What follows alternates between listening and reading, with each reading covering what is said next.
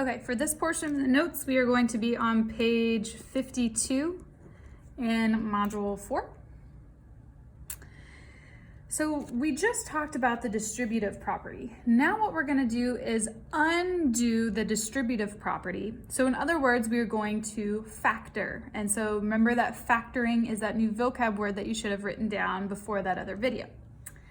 Okay, so we're going to start with exercise 1. Apply the distributive property to write equivalent expressions. The other instructions that you can be told is to factor to create equivalent expressions. So if you hear the word factor or factoring, this is also the same thing. Okay, so we are just going to undo all the stuff that we just did. That's how we're going to factor. So if we look at part A, what do both of these terms share? Well, they both share a 7. So what I'm going to do is I'm going to pull that out front of my parentheses. So now I have 7 outside parentheses. Well, what would be left? X plus y.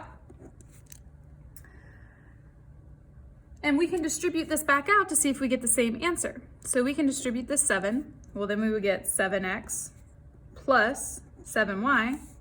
Well, that's originally what we started with, so we know we did it correct.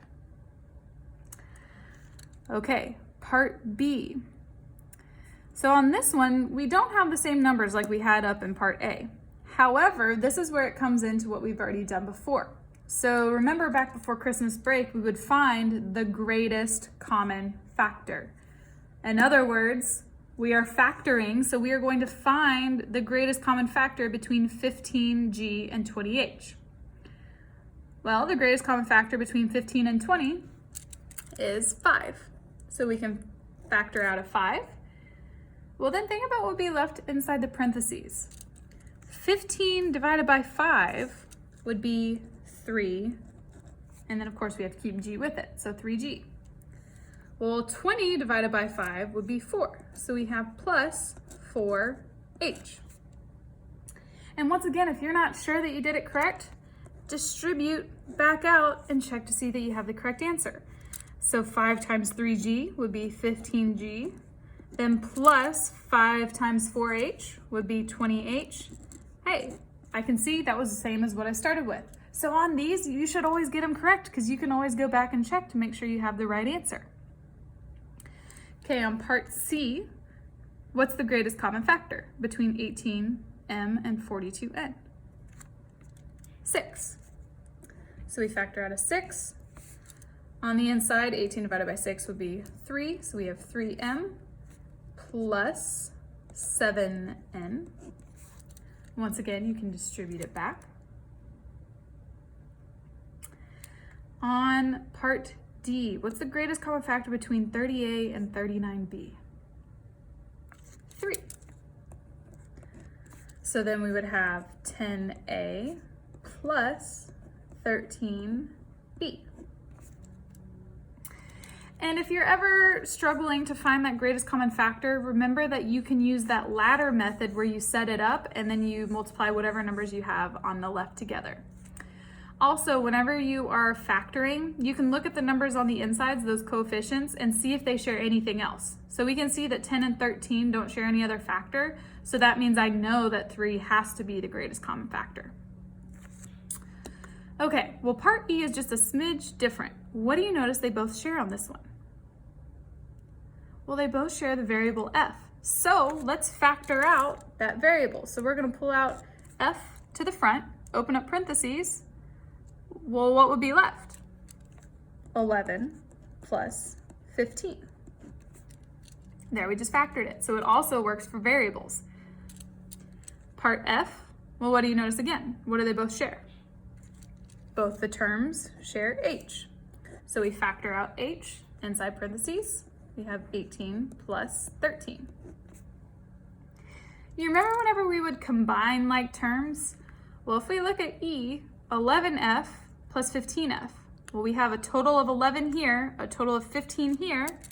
Add those together, you would get 26f. Well, if you look here, what's 11 plus 15? 26 times f. So you get 26f. So that's why combining like terms works, is because of the distributive property in factoring.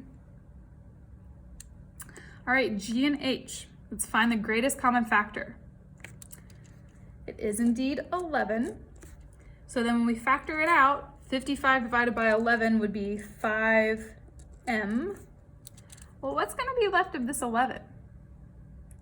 Well, 11 divided by 11 is 1. So it would be plus 1. You can't forget that plus 1. It has to be there because remember, when we distribute it back, we have to be able to get the original thing we started with. So the same thing applies for H. What is their greatest common factor? 7. So then inside here, we would have 1 plus, and then we would have 8y inside our parentheses. All right, we're gonna do these last two examples here and then we are finished with notes. So we are going to evaluate each of the expressions below. We have already talked about how to evaluate. Evaluate means to find the value of or find the answer. So it gives us two expressions here. Well, what do you notice about these two expressions? How are they related? Well, if I was to distribute this 3 out to both terms, that would give me the 6x plus 21y. So we're using the distributive property to compare these two. And we are going to evaluate it using x equals 3 and y equals 4. So everywhere I see an x, I'm going to substitute or plug in 3. Everywhere I see a y, I'm going to substitute or plug in 4. And so we're going to do it twice. So I'm going to start by writing the original expression. So we're going to do that first one. So 6x plus 21y. Everywhere I see an x, I plug in 3. So we have 6 times 3, because remember, even though the multiplication sign's not written there, we're multiplying, plus 21 times 4, because y equals 4. So 6 times 3 is 18, plus 21 times 4, 84. And finally, when we add those together, 18 plus 84, we would get 102.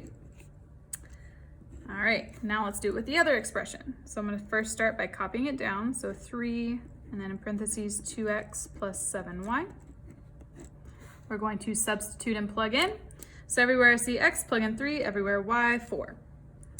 So we have 3 outside parentheses, 2 times, well, there's x, so we plug in a 3. Then plus 7, well, there's a y, so we plug in 4.